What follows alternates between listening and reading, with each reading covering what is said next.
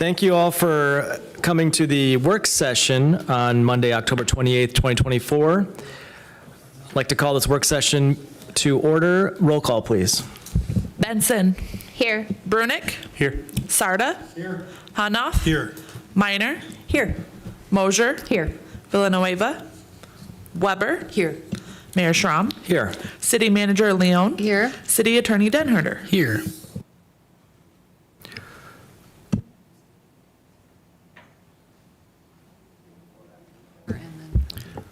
All right. Thank you, Amy. Now is a time for public appearances. This would be a time for anyone in the public who wants to address the commission on something about the work session. They certainly can do that at this time. If you want, you can go to the mic. Seeing no movement, we will move on to our work session agenda, which is the active transportation plan. Thank you, Honorable Mayor, members of the Commission and public. Just a little bit by means of introduction, and then Dwayne Johnson will be giving you a presentation on the draft of the active transportation plan, and then there'll be some time for questions and answers. The purpose of the active transportation plan is dual. So not only is it to appreciate the different modes of transportation we have in our community, but more importantly, it's to make sure that everyone makes it to their destination safely. And just the levity of that in our community and in some surrounding communities right now really rings true. So I just wanted to take a beat to think about that with you all, and the importance of making sure that that theme continues throughout our decision-making process when we're talking about active transportation. Because really, that's what we want to do. We want to encourage people to use different modes of transportation, and there's a lot of them now, but we also want to, first and foremost, make sure that people get to their destination safely. So the last time we updated the active transportation plan was, if you can believe this, 2016. And a lot has happened since 2016. Not only have we introduced some new types of devices, or transportation devices have become more popular, such as e-bikes. They're more prevalent now than they were back then. But also, we've also had community changes. Two things that happened in our community that impacted our active transportation plan, for example, was the bomb cyclone that happened in 2019. We had to take a step back and address our trail system after following that. We've also had a lot of development changes, so that impacted our trail system. We've had some parks projects that we decided to include more transportation, more sidewalk than we initially had thought we were going to. And also in, of course, 2020 to 2022 almost, we dealt with and wrestled with COVID. And a lot of things were put on hold there, not knowing what our financial picture is going to be. So as we talk about a few of these projects, you'll see that some of them are not complete, but I think you'll also see that we've completed some that were unplanned at the time, and you'll be surprised at how much we really have accomplished in that shorter time frame. So I'm going to let Dwayne guide you through the active transportation plan update and talk about how those decisions are made, and also talk about some upcoming projects and recommendations that we have as a staff. The packet here tonight is a draft, so it certainly isn't in final form yet. Once we have information and questions from you and the public, we will be presenting it for adoption at a future date. So with that, Mr. Johnson. Thanks, Amy. First of all, one of the questions that might be running through your mind and maybe the public's mind is, why is the IT director up talking about active transportation, and how does that kind of fit into the meld together?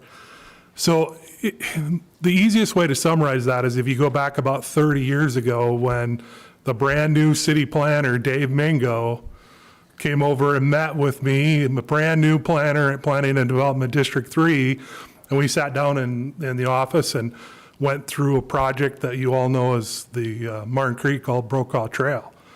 We sat down and brainstormed ways that we could put together a project not only to clean the creek out, but to kind of create a corridor through the middle of the community, connecting all of the spaces across the community. One of the things that we got real sensitive with real early on in the process is FEMA doesn't fund sidewalks, they don't fund trails. So even to this day, you'll hear us quite often say it's not a recreation trail, it's a maintenance trail that's been paved. And that kind of theme carries through all along. But one of the other things that kind of happened about the same time period is with the commission's blessing and Amy's support as we brought on a new GIS analyst in 2016. And that, up until that point, I'd kind of been filling those roles and bringing in a new young professional, Kristen, with a lot of talent. We were able to kind of meld all those things together and put together a plan to kind of go through and organize and prioritize projects. One of the first things I want to do is I want to congratulate the commission on adopting priorities, setting criteria, and supporting an active transportation plan.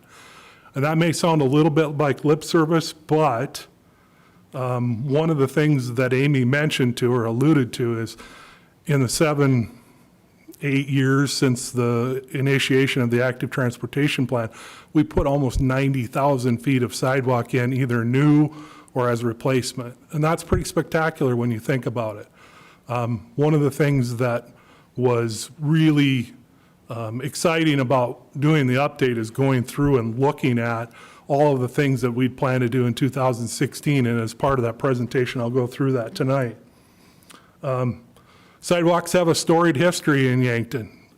Charlie's here tonight. He'll remember back in the early 90s when the city looked at doing some assessment projects. Dave's got a lot of history on that too. There's a fairness issue, there's a consensus issue. Not everyone agrees that sidewalks are a priority.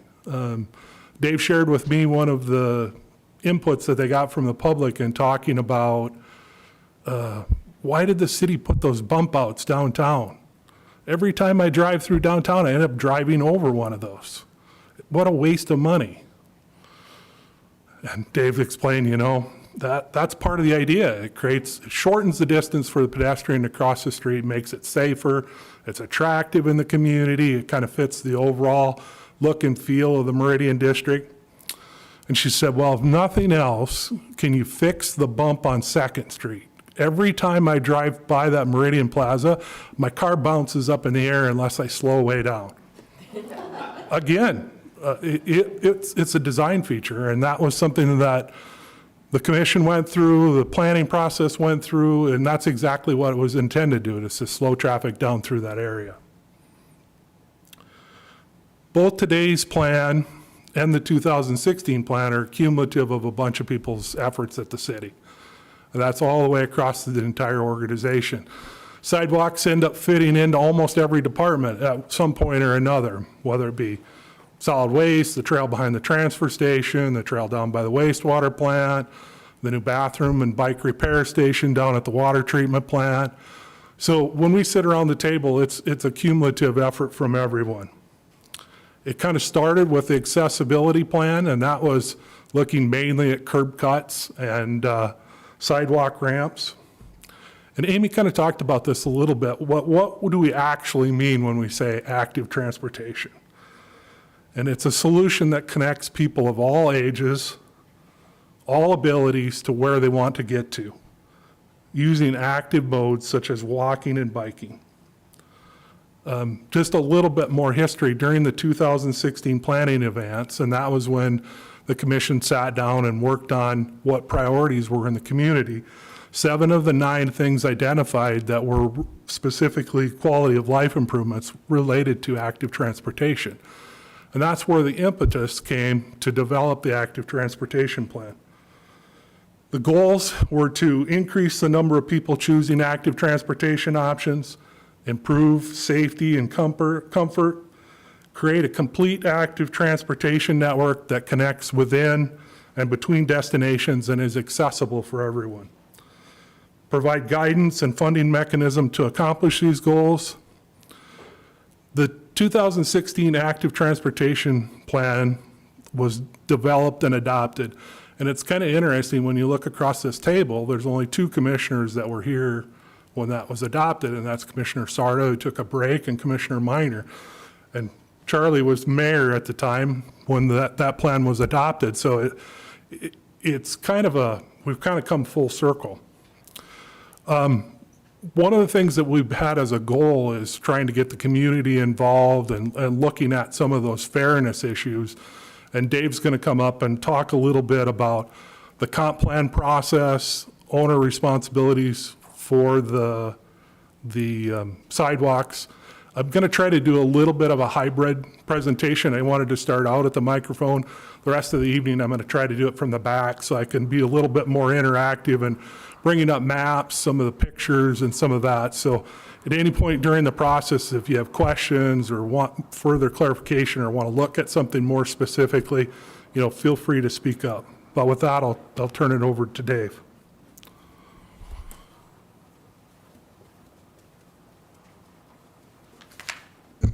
Good evening, Mr. Mayor, members of the commission. For the viewing audience, I'm Dave Mingo, Community and Economic Development Director. Our office deals in concert with Public Works on applying what we call the subdivision regulations. So I'll start there a little bit with responsibilities and the way our current subdivision ordinance reads in new developments is that sidewalks shall be installed prior to occupancy of the building. We often get questions about timing on that in newer developments where there might be a house and then a gap without a house on it. And that might sit like that for a year, and then there's a house on the other side of it, so you'll have sidewalks in front of the 2 houses that are built. And why don't we make the developer put the sidewalk in the center section? Well, that's intentional in that sidewalks actually aren't very durable to truck traffic and things like that. So when a house is under construction or a commercial building's under construction, if the sidewalk was there, it could get damaged very easily, and then it's almost a build it twice thing, and it becomes a compliance issue. So in new subdivisions, sidewalks are required. New sidewalks in existing neighborhoods, like Dwayne alluded to, 20, 30 years ago, there were some situations where folks didn't want sidewalk. There's even areas of the community that were, in the eastern part of the community especially, that were annexed. So they were developed in kind of a rural subdivision setting when there were no even street paving requirements at the time they were annexed. So we have gaps in our sidewalk, and that's what this program has been trying to address. What you as a commission have decided, and your predecessors, is that we would try and incent private landowners in those areas, older developed areas without sidewalk, to get sidewalk installed, and you actually have a 50-50 cost share on some of those, on those areas. The other thing we deal with is repair on sidewalks in older neighborhoods where you got tree roots that pushed them up, or maybe the concrete has just reached end of life. And we also have a little bit of an incentive available for them. It's a small percentage, but it buys that cost down for them to do those repairs. Those repairs are required by ordinance if they're a trip hazard or something like that. So that's kind of the responsibilities part of it. And if you have any questions about those things, I think we're fielding questions as we're going here. So do you have any questions about responsibilities or timing or anything like that in the subdivision ordinance? So the other thing Dwayne mentioned was public input. And this process never would have started without public input. Comprehensive plan, when we updated it in 2003, that was a long time ago and seems like a long time ago, but yet part of, in a way, it still seems like yesterday, was really kind of a turning point when it came to mobility and modes of transportation. We actually, in thinking through how that plan was going to be created, we included a chapter in that plan called Mobility for All. And besides the Parks and Rec areas, which our Parks and Rec department for decades has done an excellent job of making sure there's sidewalks and trails in and around their facilities. But that was really one of the first times that we started looking at the community as a whole for mobility away from those parks and open space, green space area that our Parks department was specifically responsible for. So we took a significant amount of public input through that planning process back then, and that reaffirmed that different alternate modes of transportation were really important. Yeah, and the Parks Department have just been rock stars and a leader in that respect as far as trails in and around parks through the years. The other thing that plan included was an implementation schedule, and it kind of looks like the index at the back of the plan, but sidewalks and trail issues were really important and identified in a number of occasions in that implementation plan with different milestones, which I'm happy to say we've met a significant number of them to this point. As you also know, we're approaching the midpoint of the creation of Ideas Flow Here 2045, which is Yankton's new comprehensive plan. And we're really making an effort to focus on getting public input. We're receiving letters. I know you've received one about a specific section of street that's in the 2025 plan as it sits now, the draft plan. Public input, again, is by far the most important thing. We got a QR code banner out in the hallway. You can use your phone to take advantage of that survey and get input and provide input on sidewalks. We even have a link specific to sidewalks on our website, and there's paper versions of it in the room too. So any questions about public engagement or public input? And with that, I'll go back to Dwayne. Thanks, Dave. So when we sat down and started talking about, and Dave said, you know, we're going to be working on the comp plan, one of the things that came to mind is we really needed to go back and look at our active transportation plan. Like I said, it seemed like it was yesterday, but yet it was quite a while ago. Just to kind of give you the details of the process that we went through and talked about when we got ready to develop the new update.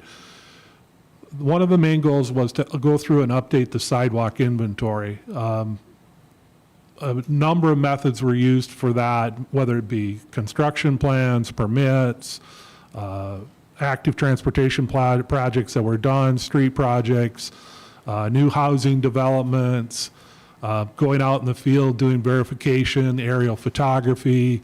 One of the things that we've kind of learned through this process, we had most of our updates for the plan done earlier in 2024. It's amazing how many things have even changed during this construction season. Identifying new neighborhoods and developments. And Kristen will go through the scoring process, but those types of developments and changes in the community impact the priority levels that we use to objectively look at each one of the sidewalk segments. Updating and scoring and reevaluating those missing segments. Measure the effectiveness of the 2016 plan. Review the projects that have been completed. Provide a tool and a framework for that new comp plan. Dave shared this with the consultants that shared the draft with them as a tool for them to use as they move forward with their work. Utilize the community engagement process and then identify priority projects. Kristen's going to kind of walk us through the objective analysis that I set up and used for scoring projects using GIS, and I think that'll be of interest as we move forward with the discussion. So as it's kind of been stated, the city's ultimate goal is to line every street, both sides, with sidewalk. But that left over 375,000 feet of sidewalk to fill in. So we kind of revised it to really focus on putting sidewalk on at least one side of every local street and both sides of our collectors and arterials. Unfortunately, that still leaves over 200,000 feet of sidewalk to fill in. And with only so much money to work with, we had to find a way to prioritize which areas to focus on. So this is exactly the kind of project that GIS was built to do. So we used GIS and the exact same methodology we used in 2016 to keep the analysis consistent. And that started with identifying the city and community destinations. So for instance, our parks, schools, any shopping centers, city property, city destinations, the Boys and Girls Club, those kinds of areas that people generally will walk to. And then we also wanted to prioritize our transportation system.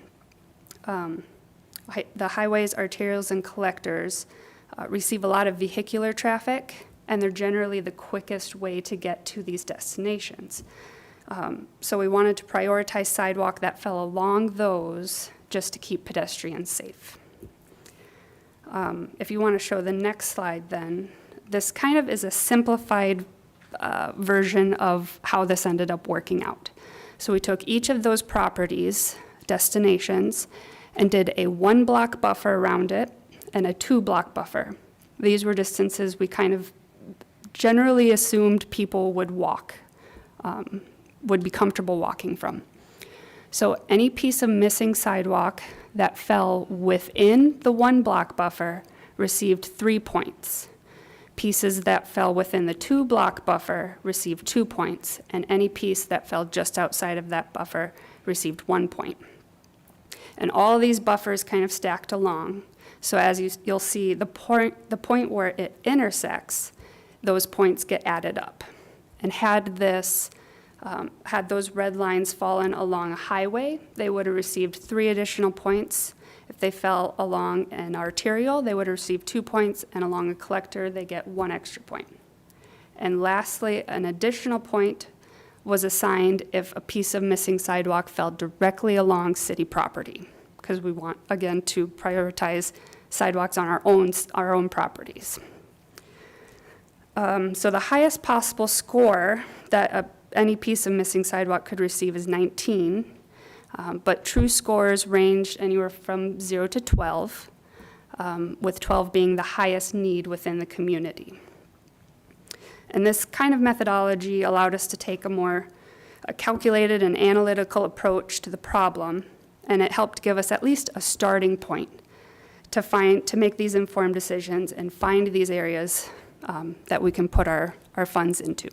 So, any questions on the methodology part of it? I don't, and maybe it's related, but do we just originally score sidewalks? I'm thinking of like older ones too. Do we put anything into how old a sidewalk is or an aging sidewalk to tell us a story, or is this just to see what's missing? Within the data set, we do keep track of the age, yes. But as far as this goes, no. When they do street projects, that goes into consideration, whether or not to replace it or not. Yep. Thanks.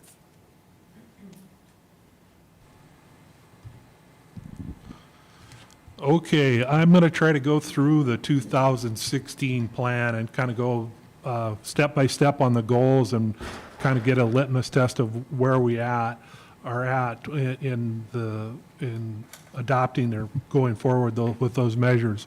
The first goal of the plan was to revise city ordinance to increase the minimum sidewalk width from 4 feet to 5 feet.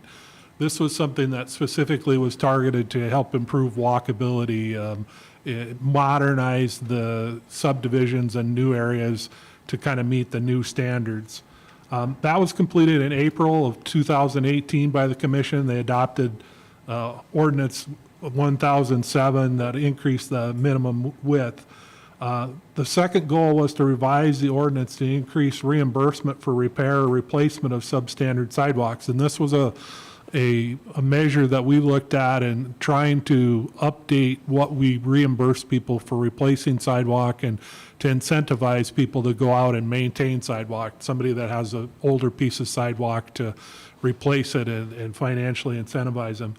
That also was adopted in April 2018, and the reimbursement rate was set at 35% of the calculated cost for oversizing of that using previous year's construction. And that's something that's been a moving target as each year as the costs have gone up, the reimbursements have gone up for the public. Consider the inclusion of sidewalks as a component of road construction. One of the things you probably hear Adam talk about quite often is complete streets. That's something I'm going to try to touch on a little bit more tonight, but in 2016, when we looked at this plan, that was the idea in the infancy was when we're going to do a street project, let's go in and look at those existing neighborhoods that we're going through especially in areas where it's an arterial or collector or a highway, and include sidewalk on both sides of the street as part of the plan where it makes sense.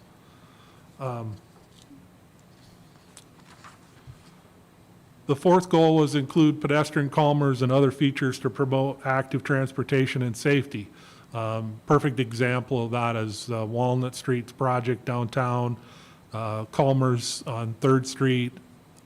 We've used those types of items across the community to create a more walkable, more pedestrian-friendly environment for people, and we've been successful in that. Kind of creating our own image when you look at the Meridian District with the benches, the historic lighting, kind of creates a theme throughout the downtown. Continue to work on improvements for transportation for all ages and abilities. Again, that goes back to the roots of the active transportation plan when it started as an accessibility plan across the community. Adam and his folks continue to work through putting detectable warning surfaces in on ramps, making sure they meet the required slope. Pretty much constant throughout the community. In addition to that, one of the projects that was identified in the 2016 plan as a priority was the area around the middle school. And we were successful in partnering with the school and putting in a large section of sidewalks that had been missing for a number of years. The sixth goal that we had was kind of a multi-tiered one, establishing an incentive program for the installation of sidewalks in previously built-out areas. This encouraged homeowners that were interested in putting sidewalk in to do it and submit reimbursement to the city at a 50-50 cost share. Also encourage landowners along existing priority needs area to partner with the city in the installation. Dave and his folks do a great job in community outreach and working with homeowners and prospective partners across the community. Consider a cost recovery option for sidewalks installed with city funds. And if you notice in the slide, that's the one item that has a circle by it. That this is something that we've not really explored. I would say it's an opportunity that the city could look at in the future. I think the last time this was discussed, Charlie had some thoughts about it and whether or not it's fair for a homeowner that's already paid for sidewalks to help pay for somebody else to put in their sidewalks. And so it kind of ends up being a balancing act. And what we've tried to prioritize as a community and as staff is try to look at those areas where the sidewalk's in the greatest need and that there's perhaps a greater public good by putting those sidewalks in as opposed to assessing them back to the property owner in all instances. I think this is an opportunity that the commission could continue to look at. That's a decision for you as a body and not one for staff necessarily. Work with community partners, banks, schools, utilities, et cetera. We've been very successful in doing that. Pursuing grants, whether it be DOT, corporate foundations, et cetera. We've continued to work through that process and have been successful there. The seventh goal was looking at increasing Yankton road tax, or YRT as we commonly call it. That was done in August 2017. Shortly before the 2016 active transportation plan, the state had removed the limit on the Yankton, on the road tax that could be assessed. At the time, they increased the YRT by 10 cents per frontage foot and then dedicated those funds to active transportation plan projects. One of the things as a staff, and when we'll talk about this when we get to 2024's goals, is we've looked at with inflationary increases and the additional construction costs, it may be time to re-examine the YRT rates again. And the last goal was to consider using public engagement methods to identify other high priority needs or other considerations. At the back of the room, you'll see we brought some paper forms for folks that are interested in submitting a priority area either for sidewalk or the one that they don't want to see sidewalk in.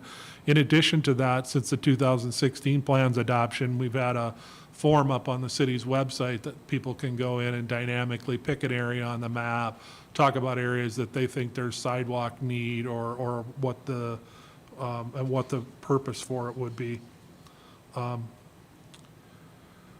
With all of those things in mind, when we went to look at the 2024 recommendations, we found a lot of the same goals were still consistent from the 2016 plan. The 2024 plan recommendations specifically talk about utilizing the complete streets philosophy for road construction projects. Working with community partners and landowners to install sidewalks, pursuing grant opportunities to leverage local investments, engage the public in identifying high priority needs or other considerations, explore opportunities to extend the Martin Creek Greenbelt. And that would be extending the Martin Creek Greenbelt along the banks of the Martin Creek as it extends west of West City Limits Road and then north to Highway 50. As that area develops out, staff has looked at that as both an opportunity and a challenge to kind of set the stage for creating that rest of that corridor through the community and helping to ensure that that vital stormwater management facility continues to perform in a way that we would expect it to. Number 6, continue to maintain existing improvements. As we add more and more sidewalk, we'll have additional costs, additional maintenance, along with other active transportation and pedestrian-friendly features. And then it's number 7, as we just mentioned, evaluating the increase of YRT to provide either additional funding for streets or sidewalks. And number 8 was to identify priority projects. Anybody have any specific questions about the 8 plan recommendations? I'd like to just kind of talk a little bit about complete streets. And this is what I have in my PowerPoint slides is just a partial breakdown of what the Complete Streets program looks like. This is the first year that we've kind of sat down and quantified what types of things that works or that fit into that. One of the projects that you see here in pictured on the right is East 8th Street. And Adam and I have talked about this. This is a project that 10 or 15 years ago would have looked completely different. It would have likely been milled off and laid asphalt back down again. And with the new priorities where we've said, you know, when we look at roads like this, we need to look at putting sidewalk in, we need to look at curb and gutter, we need to look at safety features. And this is a perfect example of what constraints can look like. The right-of-way in this area is pretty narrow, railroad on one side, sidewalk starts out next to the street, and as the right-of-way gets a little bit more room, sidewalk moves out away from the street, creating a little bit of buffer along that area. And this is kind of encompasses that complete streets thought process. And then, of course, down at the bottom, the downtown picture where we kind of have the whole menu of options that we've used to kind of enhance the pedestrian experience.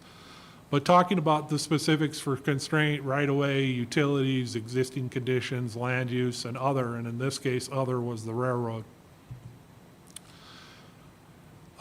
What types of elements should be included in the project? Roadway design, the driving lane width, the number of lanes, reduced access, turning radius, pedestrian facilities, whether that be curb bump outs, pedestrian islands, maybe a raised crosswalk, ADA accessibility features, detectable warning surfaces, maintenance-related issues, snow removal, pavement markings, street designs. And when we looked at developing this set of criteria, we were specifically looking at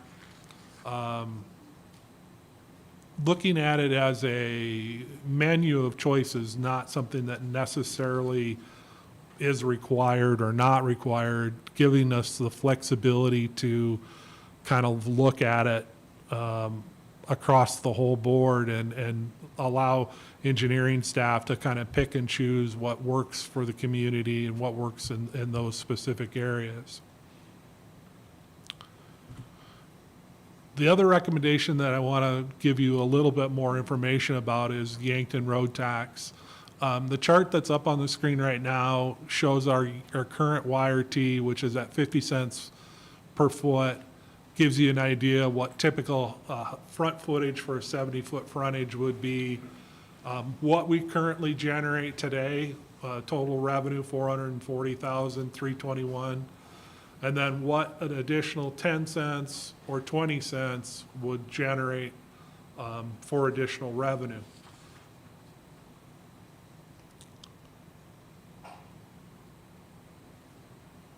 Any questions on the complete streets or YRT?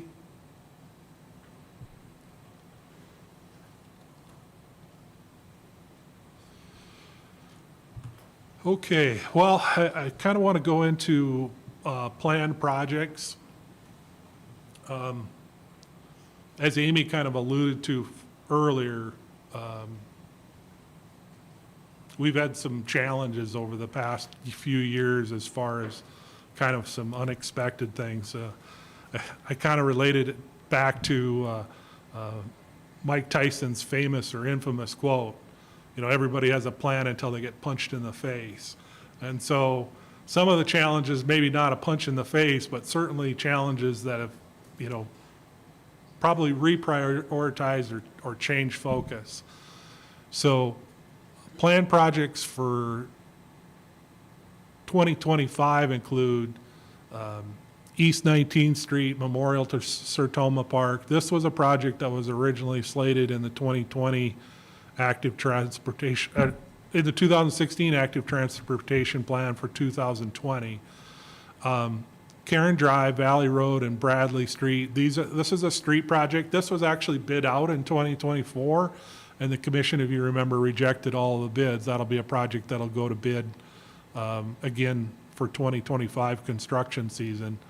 And then the rest of these also happen to be street-related projects. Walnut, 8th to 15th, 12th Street, Locust to Broadway, Locust Street, 12th to 15th, Summit Street, 8th to 9th, and Douglas Avenue, 9th to 12th.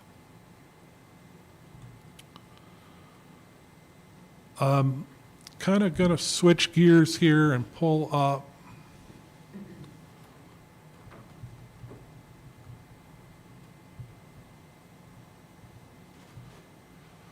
So these are a couple of the projects that we're finishing out this year. As you remember, I think the last meeting or the meeting before, the commission approved the final acceptance of work for both the Burley Street project and Mulberry Street, 21st to James Place. Those are projects that were completed with active transportation funds. Also, as I mentioned, East 8th Street project was a street project that included new sidewalk on the north side. West 21st Street and West City Limits Road. Part of this project got done with this year's 21st Street project. That's the area directly in north of the roadway in front of the Artec. Next year's projects, 19th Street, and then the street projects that I've already mentioned. Each one of these will go through a design process with the engineering department and kind of figure out go through all of the constraints and kind of come up with a plan for each one of the projects. Burley Street, 7th to 8th, is a project that Adam brought to me as for inclusion in the plan. Adam's been working with the railroad specifically and has an opportunity perhaps to update some crossings if we would put sidewalk in and kind of fill that last gap in. And this is a little bit up in the air, and I think that in the plan I listed as 2026 with a question mark. East 31st Street to the airport. The city has a large chunk of ground that's runway clear zone, and with the new Trailhead Learning Center, this project will probably become a priority moving forward in creating some connectivity back through to those neighborhoods. Padina Street, Hillcrest Golf and Country Club, this is a project that the city's been working on a few times. We potentially may end up with a partnership with Hillcrest in completing it.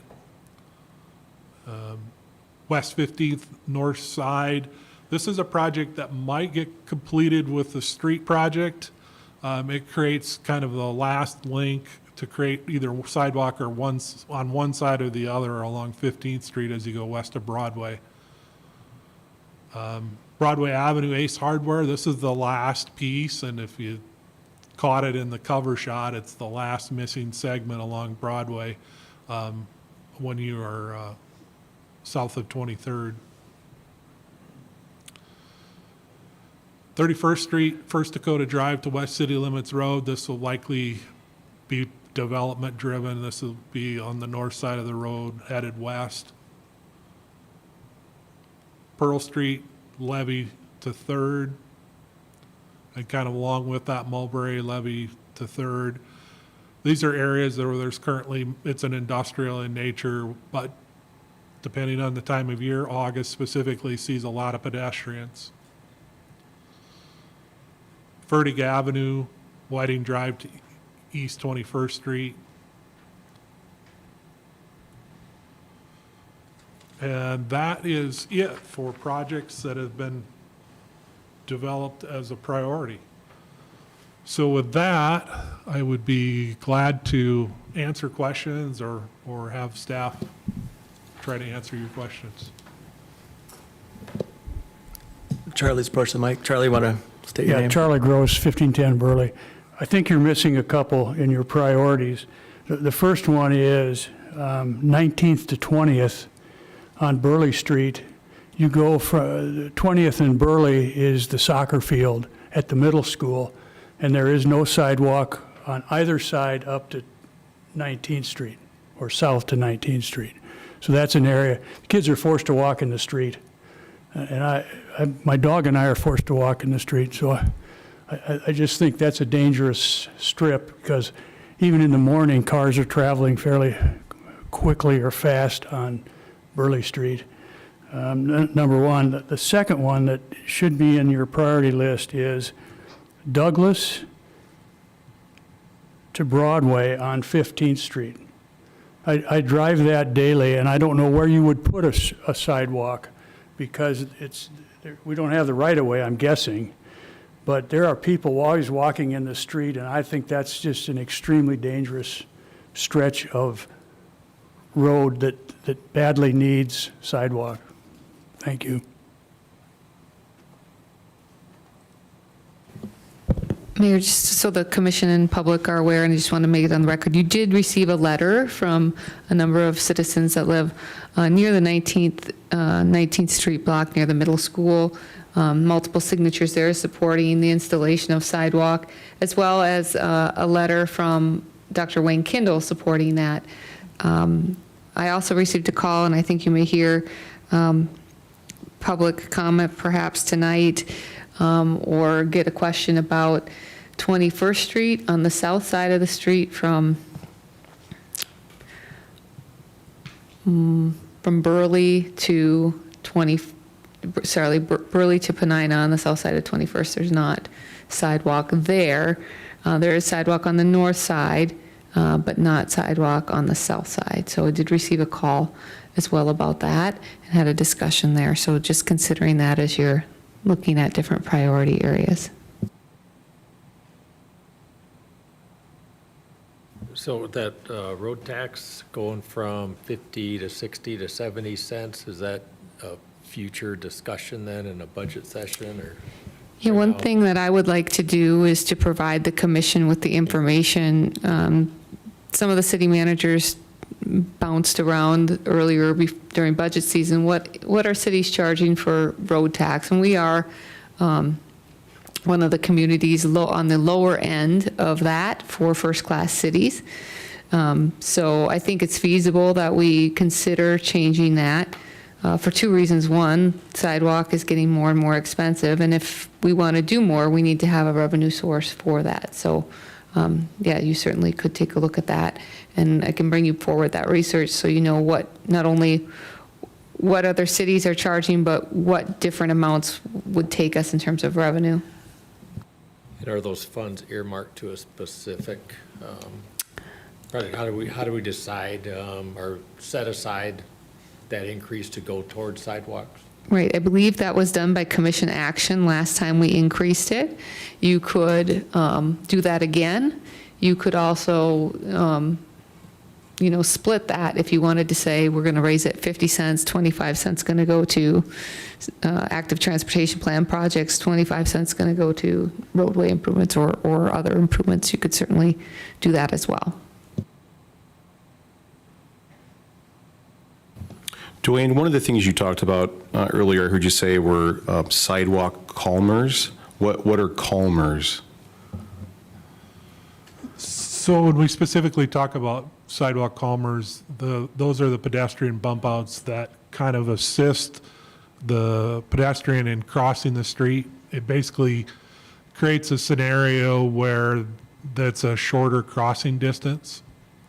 If I go back, this is a perfect example where they bump out into the intersection and shorten the crossing distance for pedestrian. They also create a feeling where it slows traffic down. And that slowing down of traffic creates less pedestrian vehicular conflict. Does that cause any issues with snow removal because they're higher or? That's probably an Adam question. Okay. Well, and the reason I bring it up is because Charlie was talking about safety, and that for me is obviously paramount when it comes to pedestrians. One of the things that I know that some areas I've identified myself and just have still questions about would be going from, let's say, like the hospital to to our West Side Park, and then even going from just the neighborhoods north of downtown and watching people try to get across. I do realize that there are already marked signs for pedestrian crossings, but what I am seeing happening is that people aren't stopping for pedestrians as they're there. And correct me if I'm wrong, I mean, it is a state law that you have to stop for pedestrians in a crosswalk. Is that correct? Okay, and so I don't know, in other cities and communities I've seen where they've posted signs, there's a sign either in the middle of the road or on the side of the road that's state law, you must stop for people in a crosswalk. I think, I know there's no easy answer, but that's some of the things that I've identified, that people are standing in or at the crosswalk and people are not stopping.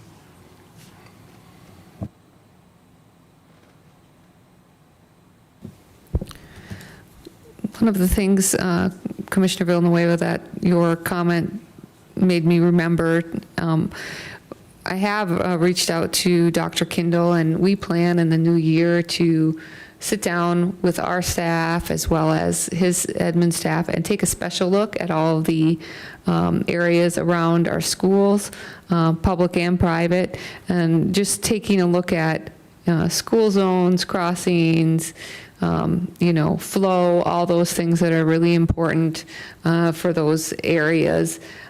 They're not year-round and they're not day-long, but there's some really intense time frames during the school year where we have a lot of congestion. So we're going to take a special look at that and have a discussion once we have more information about how things went this year with traffic control at the schools. Great, thank you. Mike had mentioned crossing Broadway, also crossing 4th Street to the downtown area is just something that I don't know what the answer is there, but getting across 4th Street to downtown it is a challenge, especially since we took out the stoplight on Douglas. Is that right? Walnut, pardon me, thank you. It's a challenge to get across. I would like to say how well we've done in the city as for this type of thing, transportation. It's one of the things that I'm highly appreciative of. I ride a bicycle a lot. My family rides a bicycle a lot. My son, who's in 6th grade, we live up by the old hospital, and he rides to the middle school. He goes through our neighborhood and then takes the switchback that goes underneath Broadway, goes underneath the old bridge, comes around, comes under, follows Martin Creek, goes under Burley. He's able to basically, avoid major intersections all the way to Webster School, and then he just has to get across 8th Street and then up Mulberry. And I just like to say how appreciative I am of him being able to do that in our community. And I think it's wonderful, and I think it's a quality of life issue. I also think it's a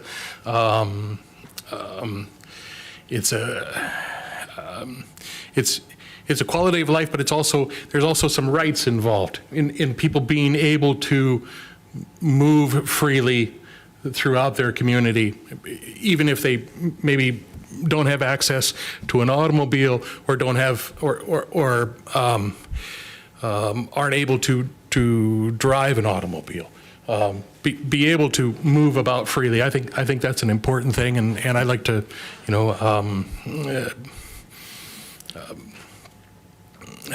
show my thankfulness to the community for all the work that they've done, and I think this is a fantastic conversation to have. You just please state your name and your address for the commission. Thank you. Yes. Thank you, commissioners, for letting me come up and speak. My name is Denise Wibben, and I live at 1810 Mulberry. My house is on the corner of 19th and Mulberry. As you're probably all aware, we lost one of our special students in the community in my yard. Memorial was finally taken down Sunday. I worked for the city with Dave Mingo in the engineering department when I moved to town in 1994 to the year 2000. And I do remember talking specifically about getting sidewalk on 19th Street during that time that I was employed by the city of Yankton. That's a long time ago. I'm on the corner lot, and I can look out my spare bedroom window. I can look out my front door. There are mothers pushing strollers. As stated in my letter, there is a lot of pedestrian traffic there. After the death of Ada Rose a week and a half ago, I sat out on my front step and watched from about 3:20 to about 10 to 4. It is a very, very busy intersection. There are buses. There are parents going north on Mulberry, coming from Beadle Elementary School, picking up their students, and heading to the middle school, and they're kind of in a hurry. It's phenomenal. I know I took a letter up and down the street, and there's everybody says they, one gentleman didn't want to go along with sending in the letter to the city regarding getting sidewalks. And I understand it's in our 2025, and I was really excited to see that finally. And I realize it cost a lot of money, and it has to be designed yet. So I also know that projects that are on top of the list don't always stay on the top of the list. And I'm here to say that I hope you all see the need. Thank you. Thank you, Denise.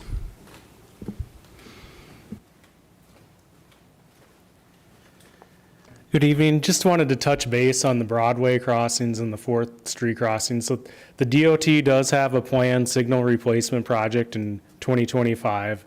And with that, it'll include all the latest audible and pedestrian crossing functions associated with that. So just wanted to update you on that. And then on the 4th Street corridor, we have had several conversations with the DOT as they control that corridor about pedestrian crossings. I know they get a lot of calls too, and we get calls at the city and we relay that information to them. So it is constant conversation, and we're just in contact with them on that as well. So I just wanted to let you know that. So Thanks, Adam. Please state your name and your address. Thank you. Eric Young, 805 East 21st Street.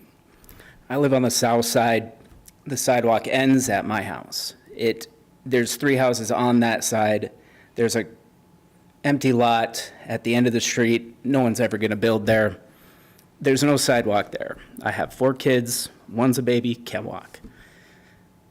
All 3 of my kids have to cross a street twice to get to the Boys and Girls Club pool. I had a conversation with Amy a week and a half ago about all this, and I'd been in the community development office several times. Denise, thank you for speaking about that. I had talked to Brad, and I said, what's it going to take to get sidewalks put in around the middle school? He showed me all the important areas and all the not important areas. My house is not in the important area. And I said, well, what happens when a kid dies? I'd got home that morning, talked to my wife, and 5 minutes later, maybe 10 minutes later, I was in that office, and I said, what are we going to do? This happened. My entire life is on sidewalks. I'm a mailman. Most of you have been my customer. If you don't notice me, I'm not wearing blue right now. But I really appreciate all you guys do. I don't really know how these meetings work, but this is super important.